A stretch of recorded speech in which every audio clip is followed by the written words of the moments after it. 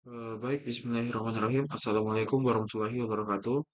Perkenalkan sebelumnya, nama saya Muhammad Fakir Haikal dengan NIM S1S1221110 eh, dari jurusan Informatika Fakultas Teknik Universitas Halwaleo.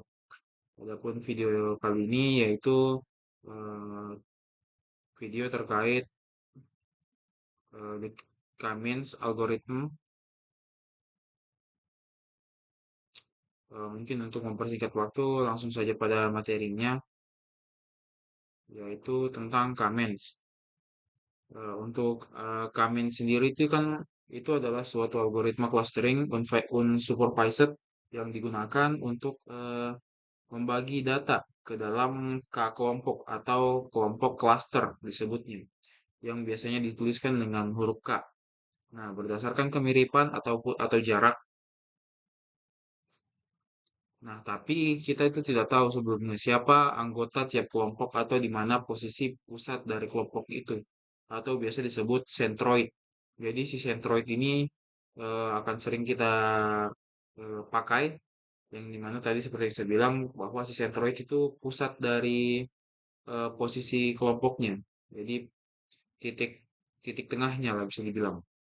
Nah, tapi kita itu sudah tahu ada dua hal penting. Yang pertama itu kita tahu kalau posisi sentroid itu tidak bisa mengelompokkan setiap data ke sentroid terdekat, menghitung jarak misalnya pakai Euclidean distance.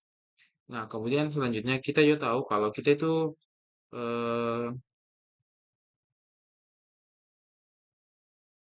kalau kita tahu bahwa klaster setiap data, kita bisa menghitung posisi sentroid sebagai rata-rata atau meannya karena posisi semua titik dalam klaster itu. Nah, adapun langkah-langkah dalam algoritma Kamens itu ada beberapa. Yang pertama seperti inisialisasi sentroid secara acak, misalnya kita pilih K-nya itu titik acak dari dataset yang kita anggap itu adalah sebuah sentroid awal. Nah, selanjutnya kita bisa menggunakan labeling yang dimana kita kelompokkan setiap titik data ke sentroid terdekat, yaitu dengan menghitung jarak semua titik ke tiap sentroidnya yang diberi label sesuai sentroid terdekatnya. Nah, selanjutnya kita bisa update centroid, yang dimana kita hitung ulang nih posisi centroid dengan mengambil rata-rata dari semua titik yang masuk ke cluster tersebut. Selanjutnya kita bisa ulangi langkah 2 dan 3 yaitu labeling ataupun update centroid. Nah, di sini kita diberitahu bahwa ada ilustrasi atau kita bisa melihat ilustrasi figur 9.4 yaitu yang ini.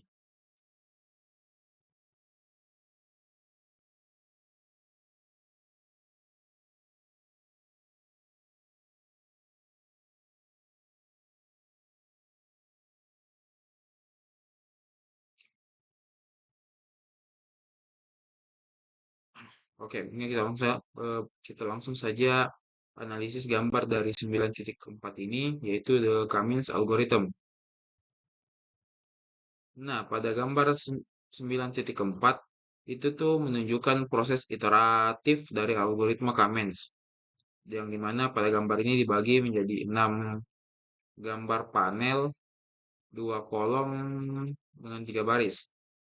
Nah, baris satu yang atas, baris yang ini, itu tuh em,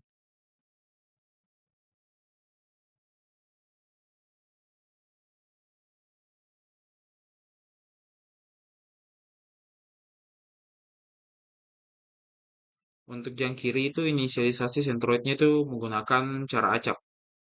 Bisa dilihat bahwa si titik merah yang ini, titik-titik merahnya itu eh, kita bisa melihat titik merahnya itu dengan lingkaran putih dalam sentroid awal. Ya, di mana ini tuh dipilih secara acak dari data yang kita miliki. Sedangkan untuk yang kanan, nah yang kanan ini dipilih, yang kanan ini labeling instansi berdasarkan sentroid terdekatnya. Yang dimana itu setiap titik atau instansinya itu diberi warna sesuai sentroid terdekat. Ya bisa dilihat bahwa di sini tuh ada perbedaan warna, yang dimana perbedaan warna itu menandakan bahwa mereka itu berbeda sentroid, berbeda titik sentroidnya. dan garis batasnya itu seperti Voronoi diagram yang membagi ruang ke dalam klasternya. Nah, selanjutnya pada baris kedua, yang bagian kiri yang di sini, itu sentroid berpindah ke rata-rata titik di klasternya masing-masing. Jadi sudah mulai ada pergerakan ini. Sudah mulai ada perpindahan beberapa titik sentroid ke titik klasternya, ke klasternya masing-masing. Nah, sedangkan di kanan itu relabeling atau kayak setelah posisi sentroidnya itu berubah, instansinya itu dilabel ulang. Sama batas kanan juga itu ikut berubah. Nah, bisa lihat kalau batas-batasnya ini akan sedikit berubah. Nah, selanjutnya untuk yang ketiga, itu tuh yang kiri itu melakukan update centroidnya lagi. Yang dimana posisi centroidnya itu makin stabil dan mendekati titik tengah sebenarnya. Nah, sedangkan yang kanan itu ada final lift relabeling atau bisa dibilang kalau pengelabelan final atau akhirnya nih. Yang dimana di sini kita sudah dapat bahwa setelah beberapa kali kita lakukan iterasi, dalam contoh ini ada 3 kali kita lakukan iterasi. Nah, klaster yang kita dapat itu sudah terbentuk dengan cukup baik, sehingga kita mengambil kesimpulan bahwa ini hasil labeling yang terbaik untuk saat ini. Sebagai catatan bahwa algoritma itu dijamin konvergen, artinya pada suatu titik sentroid akan berhenti bergerak. Seperti itu. Nah, bisa dilihat sini ada gambar 9.5 yang dimana pada gambar 9.5 ini eh, menunjukkan bahwa hasil akhir sangat bergantung pada inisialisasi awal sentroidnya. Yang bisa dilihat bahwa pada bagian kiri yaitu solution itu klasternya itu tampak tidak memisahkan kelompok titik dengan baik. Ada klaster yang mencampur dua atau grup gugus data sehingga hasilnya kurang optimal. Itu yang dimaksud dua blok atau gugus data itu bisa dilihat di sini untuk klaster hijau dan abu-abu mungkin bisa saya bilang sesuai warnanya. Untuk klaster hijau dan abu-abu itu tuh ada satu kumpulan data namun dipisahkan secara paksa dan diberikan dua titik sentroid yang berbeda sehingga dalam satu perkumpulan itu tuh ada dua titik sentroidnya. Ini yang dinamakan tadi bahwa eh, ada klaster yang mencampur dua blok data. Ini yang dimaksud tadi. Nah, sedangkan pada gambar kanan, itu solution 2, itu inisialisasinya berbeda. Yang dimana klaster yang terbentuk itu jauh lebih baik sesuai dengan bentuk alami datanya. Dan titik-titik di setiap bloknya itu dipisahkan secara wajar. Jadi kesimpulannya ya meskipun algoritmanya ini pasti berhenti atau konvergen, bisa jadi hasil akhirnya itu salah atau terjebak di suatu lokal optimum kalau misalnya inisiasinya itu sentroid awalnya kurang bagus, seperti itu.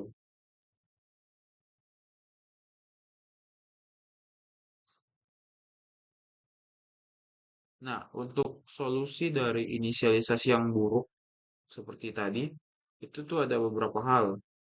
Jadi untuk menghindari solusi yang suboptimal, kita bisa itu yang pertama kita jalankan Kamens beberapa kali dengan inisialisasi yang berbeda.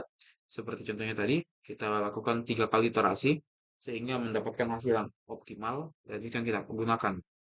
Nah, kita juga bisa gunakan metode inisialisasi cerdas seperti Kamens yang dimana kita pilih centroid awalnya itu yang menyebar dengan baik.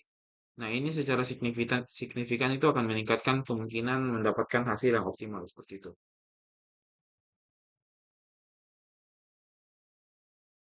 Nah, selanjutnya itu centroid initialization method.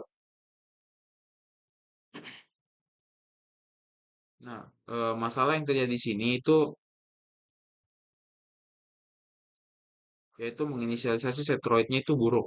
Nah, seperti yang dijelaskan sebelumnya pada gambar 9.5 bahwa si Kamens ini bisa gagal memberikan sebuah cluster yang baik jika posisi centroidnya itu awalnya tidak tepat.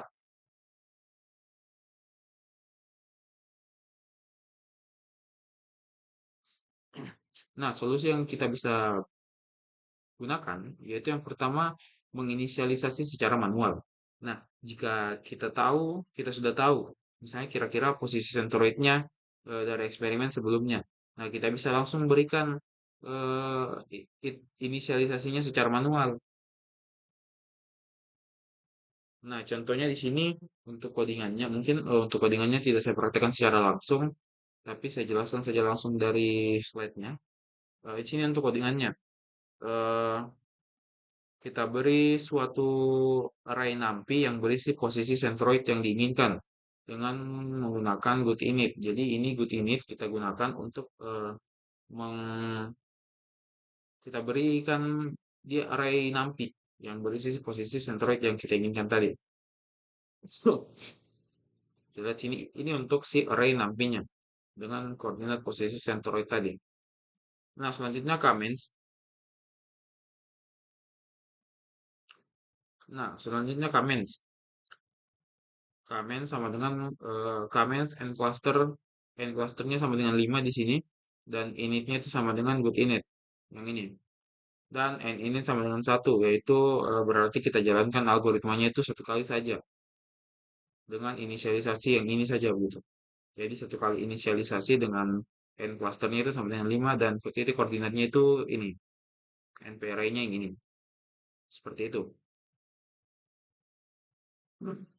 Nah, untuk inisialisasi secara acak dan berulang atau multiple runs, itu tuh kalau kita tidak tahu posisi centroidnya yang baik, kita bisa menjalankan si comments ini berkali-kali dengan inisialisasi yang acak dan berbeda. Lalu kita pilih yang terbaik berdasarkan hasil kinerja metriknya. Nah, untuk parameter penting yang bisa kita garis bawahi di sini bahwa si n init itu sama dengan 10. Ini itu default. Algoritma dijadikan 10 kali.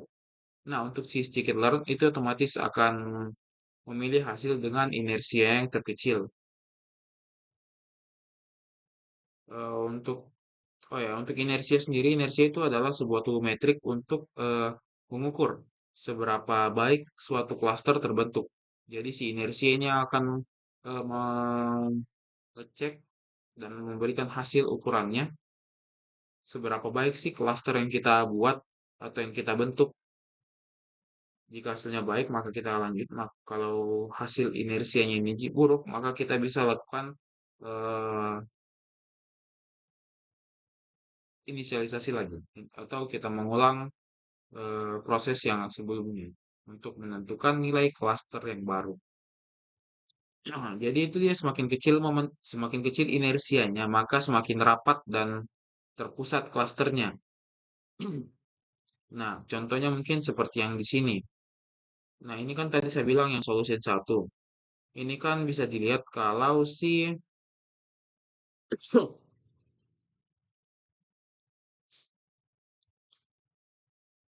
kalau si klasternya ini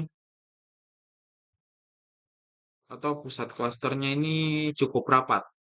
Ini tuh menandakan bahwa inersianya ini sangat kecil, seperti itu. Jadi untuk yang ini dia cukup rapat, jadi inersianya cukup kecil. Ini juga dia rapat, jadi inersianya tergolong mungkin cukup kecil, seperti itu.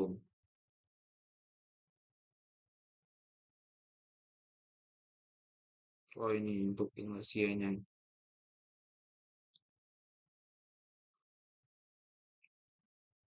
Untuk gambar 9.5, itu inersianya 223,3. Yang kiri untuk yang kanan itu 237,5. Dan gambar 9.3 yang terbaik yaitu 211.9. Nah, ini untuk cara mengakses inersianya dari model, yaitu kita tinggal tuliskan comments titik inertia garis bawah atau underscore. Nah, solusi yang lebih cerdas dari comments itu kita diperkenalkan oleh eh, Arthur dan juga Vasilevsky 2006, yaitu comments plus plus di mana memperbaiki inisialisasi sentroid agar lebih tersebar secara optimal sehingga meminimalisir peluang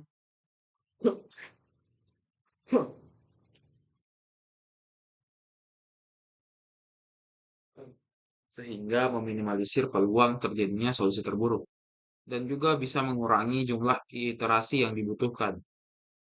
Jadi semakin bagus misalnya kayak ketika kita gunakan comments dalam satu kali percobaan hasilnya langsung bagus. Jadi kita tidak perlu melakukan iterasi yang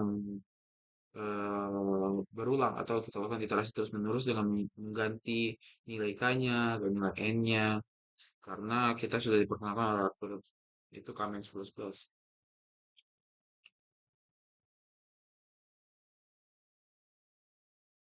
Nah, adapun langkah-langkah awal dari penggunaan comments plus plus yaitu yang pertama kita pilih dulu salah satu centroid pertama secara acak dari dataset.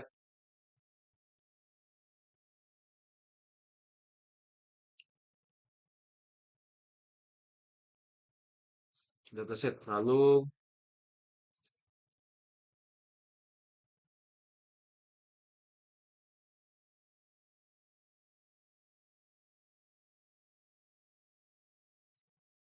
lalu mungkin kita bisa pilih sentroid tambahan dengan probabilitas yang lebih tinggi untuk titik-titik yang jauh dari sentroid yang sudah kita pilih.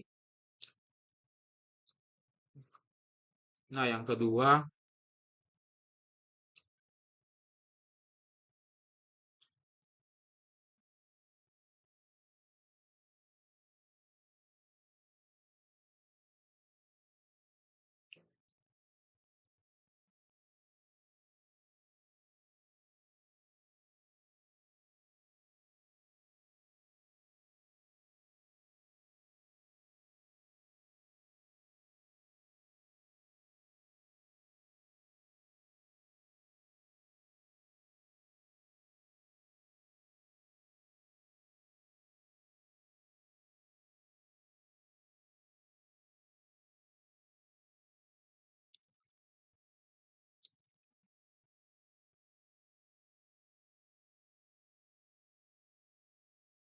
selanjutnya kita pilih satu sentroid secara acak dari dua data. Lalu untuk tiap titik data XI itu kita hitung jarak DXI-nya ke sentroid terdekat yang sudah kita pilih, yang dimana kita pilih sentroid berikutnya dari titik data dengan probabilitas. Jadi artinya itu semakin jauh sebuah titik dari sentroid yang sudah ada, maka semakin besar peluang dia dipilih jadi sentroid berikutnya. Jadi misalnya kayak kita pilih sentroid satunya itu misalnya di sini. Di sini ada sentroid. Nah, semakin jauh suatu data dari sentroid yang sudah kita pilih, maka si data tadi ini akan eh, semakin besar peluangnya dia menjadi sentroid baru. Seperti itu.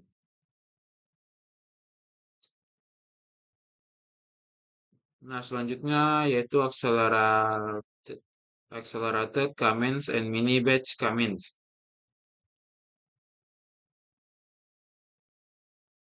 Nah, tujuannya itu untuk mengurangi jumlah perhitungan jarak yang cukup mahal, mungkin bisa dibilang, secara komputasinya, terutama untuk data yang besar. Nah, ide utamanya ini kita gunakan sifat segitiga atau triangle inequality, yaitu jarak langsung antar titik itu tuh lebih kecil sama dengan jarak melalui titik lain. Yang dimana kita jadi tahu bahwa sebuah titik pasti tidak lebih dekat ke sentroid lain, maka tidak perlu hitung jaraknya secara eksplisit. Nah, untuk implementasinya, yaitu yang pertama kita simpan jarak minimum dan maksimum antar titik dan sentroid, lalu kita bandingkan hanya saat kita perlu saja. Nah, untuk hasilnya, itu performa akan meningkat secara signifikan atau cepat. Dan di sysjkit-learn juga, ini ada default untuk si Kamins. Lalu kalau mau pakai cara lama, itu kita bisa gunakan kayak full brute force, yaitu kita bisa set Kamins algorithm dalam kurung full.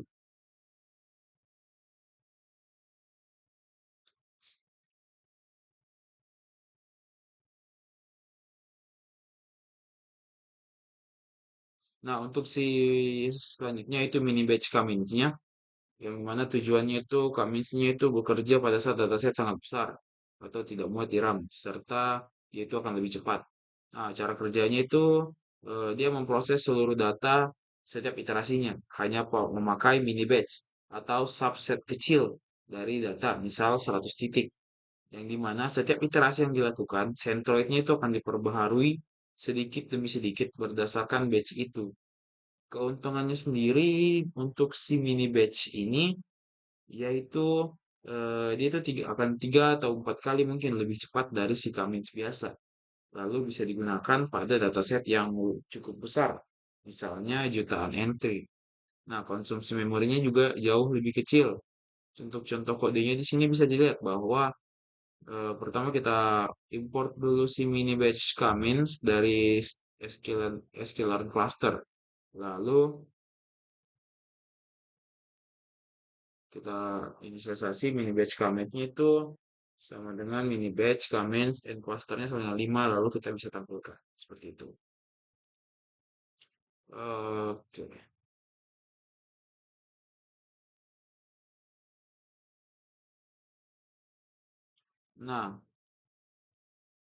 Nah, jika datasetnya itu terlalu besar untuk dimuat pada suatu memori, maka solusinya itu kita bisa gunakan mini batch Cummins karena dia itu bisa bekerja batch per batch. Jadi alternatif manualnya itu kita bisa gunakan partial fit dan juga comments tapi ini itu lebih rumit karena kita harus juga ukur banyak detail, misalnya inisialisasi dan juga seleksi hasil. Nah, selanjutnya di sini ada suatu gambar 9.6. Nah, untuk yang kiri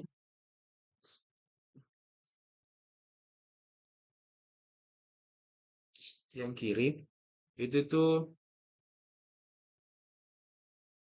grafik inersianya itu versus jumlah klasternya. Yang kiri ada grafik inersia versus jumlah klaster, yang dimana si inersia tadi total jumlah kuadrat jarak tiap titik ke sentroidnya, sedangkan semakin kecil inersia semakin bagus kualitas klasternya. Nah, untuk garis biru di sini, garis yang biru itu tuh ada Cummins regular yang menghasilkan inersi yang lebih rendah atau bisa dibilang lebih baik. Nah, untuk yang merah yaitu mini batch Cummins, inersianya itu sedikit lebih tinggi, sedikit lebih tinggi ya, artinya itu hasil klasternya sedikit lebih buruk. Namun selisihnya itu tidak besar dan konsisten seiring naiknya K. Jadi mungkin kenapa si mini batch ini sedikit lebih buruk yaitu karena dia hanya bisa memakai sebagian data di tiap iterasi. Jadi hasilnya itu bisa sedikit menyimpang dari optimum. Maksudnya bagaimana? Jadi si mini batch tadi seperti yang saya jelaskan bahwa dia akan misal dalam satu kali iterasi dia itu tidak akan melakukan pemrosesan semua data, tapi dia hanya mungkin mengambil beberapa. Contohnya tadi seperti yang saya bilang, dia hanya mungkin mengambil 100 data, 100 titik, dia proses. Jadi ini yang menyebabkan si mini batch ini eh, hasilnya kadang sedikit lebih menyimpang dari optimumnya bagaimana. Nah, untuk selanjutnya kita bahas untuk grafik yang kanan, yaitu grafik waktu latih dengan jumlah klasternya, menampilkan durasi pelatihan dalam detik untuk masing-masing algoritma. Nah, untuk si garis biru, itu tuh Cummins itu semakin tinggi K-nya semakin lama. Dan untuk yang merah itu mini batch, yaitu waktu jauh lebih pendek dan lebih stabil meski K-nya itu besar. Jadi kesimpulannya sebenarnya di sini yaitu si mini batch sebenarnya cocok saat melatih data besar. Tapi meskipun begitu, kualitas klasternya sedikit lebih rendah dan performa dan efisiensinya itu jauh lebih tinggi. Nah, perbedaan inersia itu menjadi lebih signifikan saat nilai K-nya itu makin besar. Karena inersia makin kecil sehingga selisih kecil pun jadi berarti secara proporsional.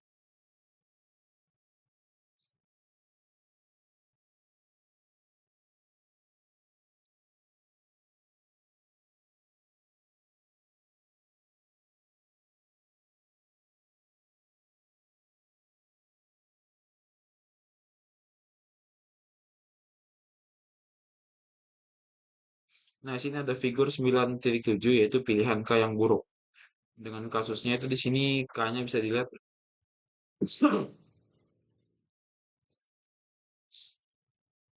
K-nya itu sama dengan 3 yang cukup kecil. Klaster yang berbeda, klaster yang berbeda itu malah digabung jadi satu. Dan contohnya itu misalnya dua grup titik yang terpisah dianggap sebagai satu klaster. Nah, selanjutnya ada K-nya itu sama dengan 8, yang kanan. K-nya sama 8. Jadi klaster yang seharusnya utuh malah dipecah menjadi beberapa bagian kecil lagi. Jadi artinya jika K-nya itu terlalu kecil, kita itu bisa kehilangan pemisahan yang penting. Bisa dilihat di sini. Di sini K-nya itu, di sini ada satu klaster. Tapi bisa dilihat dengan mata bahwa di sini ada dua kumpulan data. Jadi dia itu kurang bagus lah. Nah, selanjutnya K-nya di sini terlalu banyak atau K-nya terlalu besar sehingga kita membagi-bagi klaster yang sebenarnya sudah bagus. Misalnya di sini ada satu kumpulan data tapi dibagi menjadi tiga klaster sehingga kesannya sangat menambah-nambah kerjaan sih bisa dibilang. Karena seharusnya tidak sebanyak itu tapi kita bagi-bagi terus dia menjadi 8 klaster sehingga nanti hasilnya akan kurang bagus. Seperti itu. Nah, sini ada elbow. Nah, untuk gambar 9.8 yaitu grafik inersia eh, K dan konsep elbow. Apa itu inersia? Tadi sudah dijelaskan bahwa total kuadrat jarak semua titik ke sentroidnya. Nah, untuk masalah atau studi kasus yang ada di sini, bahwa kalau kita terus menaikkan nilai K, inersianya itu akan selalu menurun. Tapi ini tidak berarti klaster semakin bagus. Bisa jadi kita hanya memecah klaster yang sudah solid. Nah, disinilah gunanya elbow method. Yaitu si elbow method misalnya dari K itu sama dengan 1 ke K sama dengan 4, inersianya turun drastis. Setelah K sama dengan 4, penurunan inersia melambat. Muncul sebuah tikungan atau elbow yang di sini. Nah, ini yang dinamakan elbow point, yaitu titik di mana penurunan inersia tidak signifikan signifikan lagi setelahnya. Jadi sini kan penurunan nih. Tiba-tiba ada satu titik yang dimana setelah titik ini itu tuh penurunannya langsung berbeda, langsung lurus lagi, tidak securam itu. Ini yang dinamakan elbow point.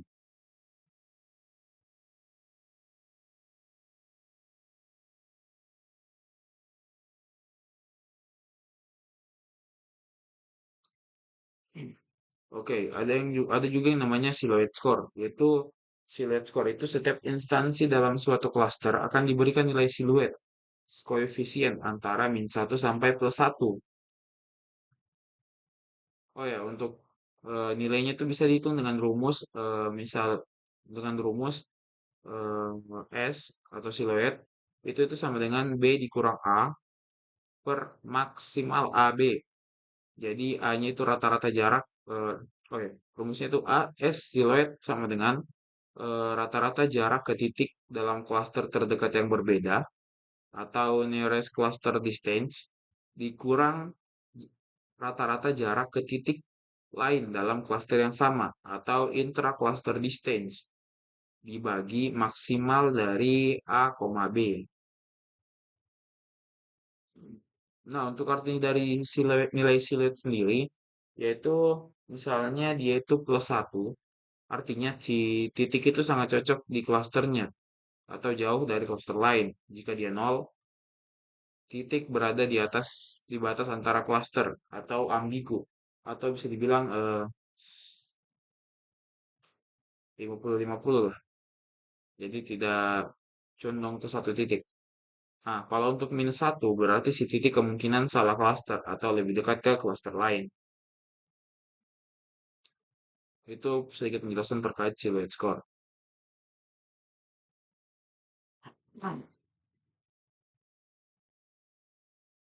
Nah, selanjutnya ada yang namanya silhouette diagram.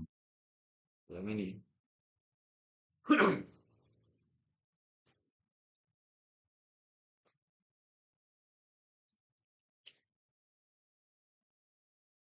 Nah, apa itu silet diagram? Jadi silet diagram itu setiap diagram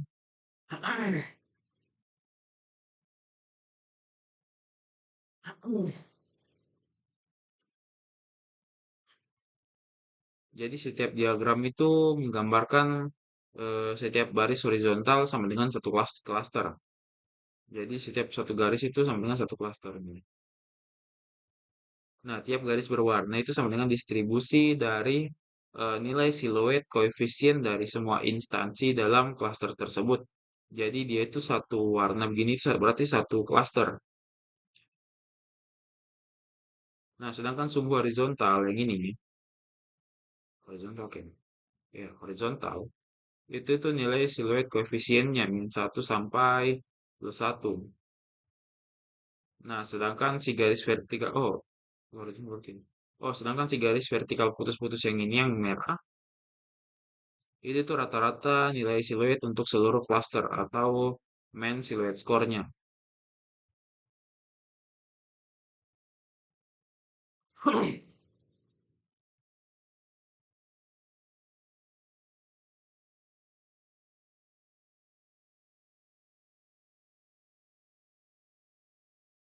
Nah, bisa dilihat untuk diagram yang pertama, itu beberapa cluster itu berukuran lebih besar, seperti yang hijau dan merah. Tapi, itu tuh banyak titik bernilai silhouette score-nya itu rendah di kiri garis merah, yang artinya itu titik-titiknya itu terlalu dekat dengan cluster lain, atau dia itu salah tempat. Jadi kesimpulannya, untuk cluster yang ini tuh kurang bagus. Nah, selanjutnya cluster selanjutnya diagram yang ini. Ada 3 dari 4 klaster yang memiliki distribusi bagus, yaitu mayoritas nilainya itu melewati garis merah yang ke kanan. Tapi ada satu klaster baris yang ini, baris ketiga yang orange, itu memiliki nilai siluet yang rendah. Artinya klaster ini itu kurang terdefinisi. Jadi secara keseluruhan sebenarnya bagus, namun ada satu klaster yang lemah. Nah, lanjut ke selanjutnya, diagram yang ini. Semua klasternya itu terlihat simetris dan rapi. Tapi itu hampir seluruh nilainya itu berada di kanan garis merah. Artinya titik-titiknya itu berada jauh dari klaster lain. Jadi pembagian klasternya cukup bersih dan juga terpisah. Jadi ini kita bisa simpulkan bahwa kualitas klasternya itu yang terbaik dari yang lain. Meskipun nilai rata-ratanya sedikit lebih kecil dari K-nya itu sama dengan 4. Nah, selanjutnya untuk diagram yang ini, itu beberapa klaster terlihat kecil dan sempit seperti klaster hijau dan merah.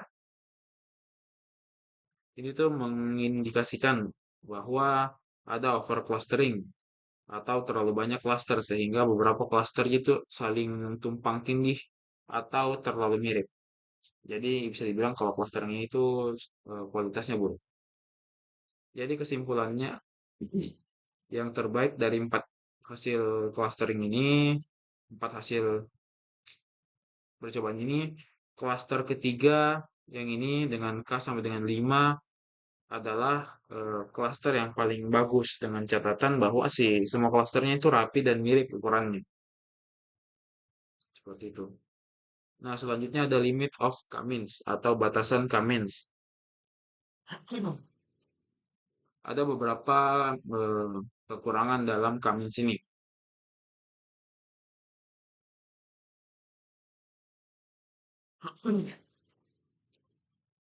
Yang pertama contohnya kayak ketika menggunakan Kamins, kita tuh harus menentukan nilai K-nya itu di awal. Jadi kita tidak tahu itu secara otomatis berapa jumlah klaster terbaiknya. Jadi kita butuh percobaan dan percobaan secara beruntun dalam menentukan nilai K. Nah, selanjutnya itu kita harus juga coba beberapa kali. Karena sentroidnya itu kan dipilih secara acak, kecuali kita pakai comment plus plus tadi, yang kita inisialisasi commentnya duluan. Jadi hasilnya itu bisa berbeda-beda tiap kita jalankan. Jadi si comments ini, ketika kita jalankan programnya, itu tuh hasilnya akan berbeda-beda. Karena sentroid yang dipilih itu kan acak. Jadi kita tidak bisa, eh, misalnya kita running satu kali, kita jalankan suatu program satu kali, kita dapat nilai yang bagus, kita tidak bisa bertahan situ dengan mindset bahwa kita sudah punya centroid yang bagus di sini. Karena ketika kita mungkin kita coba lagi selanjutnya, itu tuh titik centroidnya akan berubah, akan dipilih centroid lain. Jadi hasilnya bisa saja menurun seperti itu. Jadi ketika kita sudah melakukan percobaan dan kita dapat hasil yang bagus, mungkin itu saja yang kita pakai. Mungkin itu nilai K itu yang kita bisa pakai. Nah, selanjutnya si Cummins ini juga tidak cocok jika kita pakai untuk cluster yang bervariasi. Misalnya satu cluster besar dan lainnya kecil. Karena si Cummins ini kesulitan untuk mengandalkan jarak Euklideannya. Seperti itu. Nah, selanjutnya di sini kita diberi lagi suatu gambar, gambar 9.11, yaitu Cummins fall to cluster this ellipsoidal blobs required. Nah, pada dataset dengan tiga klaster elipsoidal atau lonjong yang kita miliki, itu tuh ukurannya berbeda. Panjang dan lebarnya tak sama. Dan orientasinya juga berbeda. Jadi kepadatannya akan berbeda dengan jumlah titiknya itu tidak seimbang.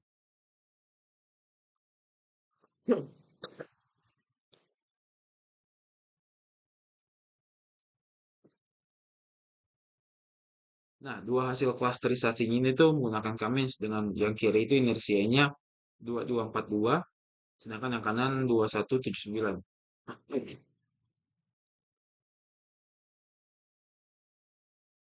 Nah, kenapa si Cummins ini gagal melakukan klasifikasi? Itu tuh karena yang pertama si Cummins ini tuh memiliki asumsi dasar. Asumsi dasarnya itu bahwa si cluster itu tuh berbentuk bulat simetris atau spherical. Spherical. Dan yang kedua itu memiliki ukuran dan kepadatan yang seragam. Namun di data yang kita punya ini kan si klasternya itu lonjong atau ellipsoidal dan ukuran dan orientasinya itu bervariasi. Jadi ini yang menyebabkan si hasil klasternya itu jadi buruk atau jadi tidak bagus. Bisa dilihat kalau untuk gambar kiri itu tuh sebagian besar titiknya itu sudah benar sebenarnya. Tapi sekitar 25% dari klaster tengah salah dimasukkan ke klaster kanan. Yang ini. Ini nih harusnya masuk ke klaster tengah, namun beberapa 25%-nya itu malah dimasukkan ke klaster lain kanan. Nah, sedangkan untuk gambar kanan, itu tuh hasilnya lebih kacau. Karena itu pembagian klasternya tidak sesuai dengan bentuk alami data. Bisa dilihat kalau di sini titik sentroid yang dipilih malah tidak tepat eh, di tengah data yang kita punya, malah di ujung-ujungnya. Ini tuh menandakan bahwa